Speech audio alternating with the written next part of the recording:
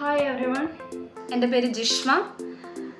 YouTube channel തുടങ്ങിയിട്ട് കുറേ നാളായെങ്കിലും ഇതെൻ്റെ ഫസ്റ്റ് വീഡിയോ ആണ് ക്യാമറയ്ക്ക് മുന്നിൽ വരുന്നത്.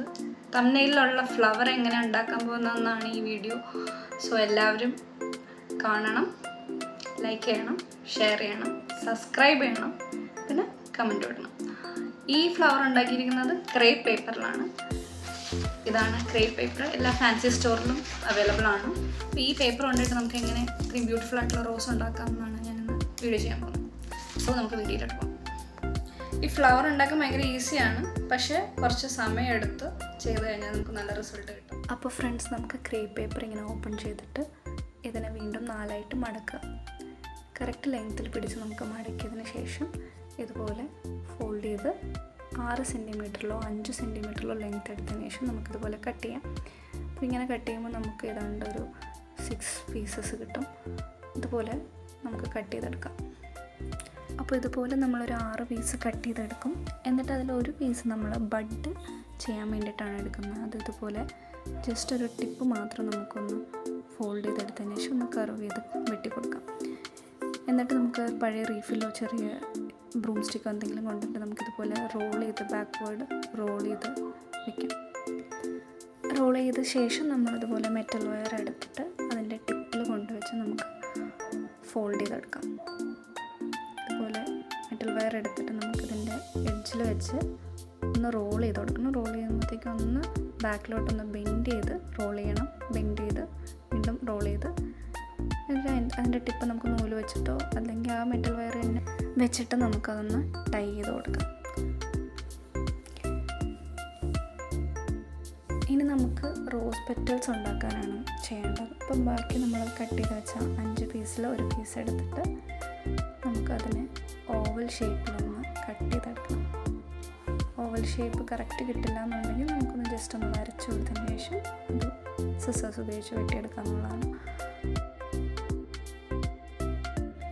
ഇതുപോലെ കട്ട് ചെയ്തെടുക്കുന്ന പേപ്പേഴ്സ് നമുക്കിനി റോസ് പെറ്റൽസിൻ്റെ ഫോമിലോട്ട് മാറ്റണം. അതിനുവേണ്ടി നമുക്ക് വീണ്ടും റീഫിൽ ഉപയോഗിച്ചിട്ട് ജസ്റ്റ് ആ മുകൾ ഭാഗം ഒന്ന് ബാക്കിലേക്ക് റോൾ ചെയ്ത് കൊടുക്കാം. റോള് ചെയ്തതിന് ശേഷം അതിൻ്റെ നടുവിലെ ഭാഗം പിടിച്ചിട്ട് ജസ്റ്റ് ഒന്ന് 2 എഡ്ജിലോട്ട് നമുക്കൊന്ന് എക്സ്പാൻഡ് ചെയ്ത് കൊടുക്കാം. ഇലാസ്റ്റിസിറ്റി നല്ലപോലെ ഉള്ളൊരു പേപ്പർ ആയതുകൊണ്ട് തന്നെ അത് നമുക്ക് നന്നായിട്ട് എക്സ്പാൻഡായി കിട്ടും. ശേഷം എല്ലാ പെറ്റൽസും ഇതുപോലെ നമുക്ക് ചെയ്തതിന് ശേഷം ഫെവിക്കോൾ ഉപയോഗിച്ചിട്ട് നമുക്ക് ഓരോ പെറ്റൽസും ഇതിലേക്ക് അറ്റാച്ച് ചെയ്ത് കൊടുക്കാം.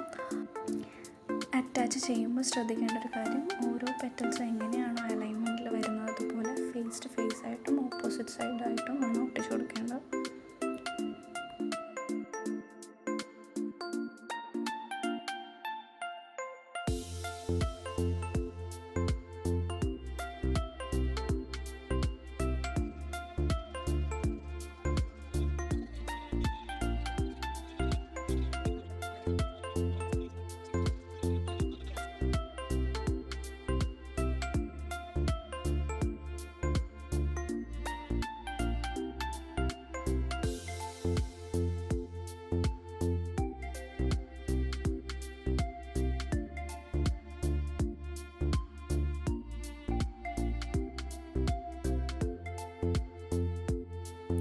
ഒട്ടിച്ചതിന് ശേഷം ജസ്റ്റ് എല്ലാം കൂടി ഒന്ന് ടൈറ്റ് ചെയ്ത് കൊടുക്കാം.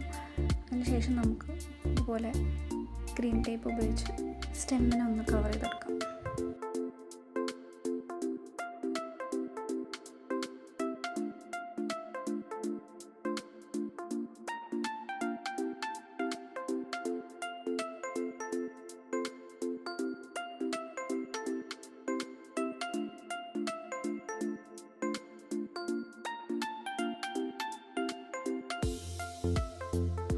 അങ്ങനെ നമ്മൾ നമ്മുടെ പൂ ഉണ്ടാക്കി കഴിഞ്ഞിരിക്കുകയാണ്. എന്തായാലും ഈ വീഡിയോ കാണുക, ചെയ്ത് നോക്കുക. ഇഷ്ടപ്പെട്ടാൽ ലൈക്ക് ചെയ്യണം, കമൻറ്റ് ചെയ്യണം, ഷെയർ ചെയ്യണം, സബ്സ്ക്രൈബ് ചെയ്യണം. Hello, welcome to my YouTube channel. Hello, welcome to my YouTube channel. ഇതാദ്യമായിട്ടാണ് 1 2 3 സ്റ്റാർട്ട്.